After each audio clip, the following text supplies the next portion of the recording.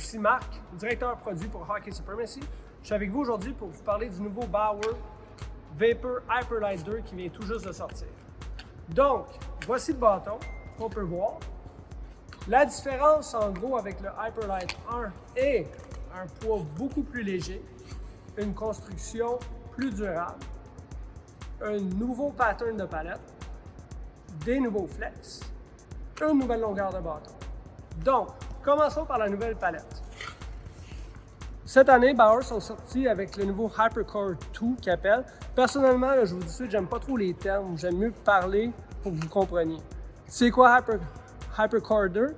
C'est à l'intérieur de la palette, il y a comme deux channels, deux tunnels, OK? Qui rehaussent le puck seal. Puis en même temps, ce qu'on appelle, désolé pour les anglicismes, les bridges qui ont alentour, c'est eux qui ont été renforcés. Donc la palette est plus rigide, surtout plus résistante. Puis cette nouvelle rigidité fait en sorte que la rondelle va sortir plus vite du bâton. Bauer vend de dire que c'est 10% plus rapide. Là, c'est à voir. Mais définitivement, le fait que la palette soit plus rigide, lorsque vous lancez, elle se déforme moins, il y a moins de distorsion dedans. Donc, la rondelle va sortir plus vite. Ça, c'est pour la nouvelle palette du Hyperlight 2. Comme tous les modèles Vapor depuis la série Flylight, à ce temps, les Bauer viennent avec la forme elliptique en bas. Donc, le XC Taper qu'ils appellent. Bauer ayant acheté la compagnie Easton depuis déjà plusieurs années, ils appartiennent des brevets. Si on se rappelle, cette technologie-là, on l'aurait retrouvée pour le S17 et le S19. C'était vraiment populaire. L'avantage de ça, en gros, premièrement, c'est que ça amincit le bas du bâton parce que les Vapor, on le sait, c'est une série, c'est un bâton low kick au niveau du kick point. Low kick, voulant dire, c'est la partie basse du bâton qui va flexer lorsqu'on lance. OK? Cette forme ici fait en sorte que le bâton va être beaucoup plus léger lorsqu'on le lève, ce qui est excellent pour manier la rondelle. Ensuite de ça, lorsqu'on lance, le bâton va toujours flexer de deux façons. Si tu peux regarder encore, un bâton va flexer dans cet angle-là, comme ça ici, mais il va aussi flexer dans cet angle-là, comme ça. L'avantage d'avoir un bas de bâton elliptique, c'est que peu importe la position qu'on est pour lancer, qu'on soit loin, qu'on soit proche, un peu en avant, en arrière, un peu en avant, bien, la rondelle va toujours sortir avec précision. Donc, c'est plus facile de la diriger. OK? Pour revenir au low kick, la majorité du temps, un low kick va toujours être accompagné avec une palette très rigide. La raison est simple, on veut vraiment que la rondelle explose le plus rapidement possible de la palette lorsqu'elle sort. L'autre avantage aussi, la palette étant très rigide, puis le fait que le bâton plie dans le bas, on est capable d'être très précis sur nos lancers aussi.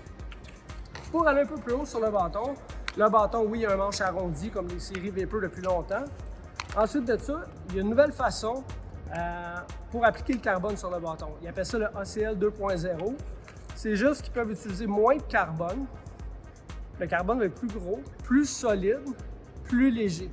C'est pour ça que le bâton, plus ou moins, est 25 grammes plus léger que son prédécesseur, son ancêtre qui était l'Hyperlight 1. Un autre feature qui est vraiment le fun du nouveau bâton, c'est qu'ils ont sorti une nouvelle courbe, qui est la P90TM, qui est une nouvelle courbe depuis quelques années, que leur compétiteur avait sorti et qui est très populaire, qui est un hybride entre une P28 et une P92.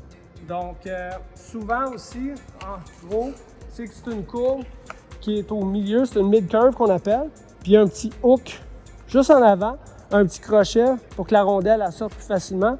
Avec une petite pointe ici, c'est plus facile pour la lever. Donc, c'est un nouveau pattern qui est de plus en plus populaire.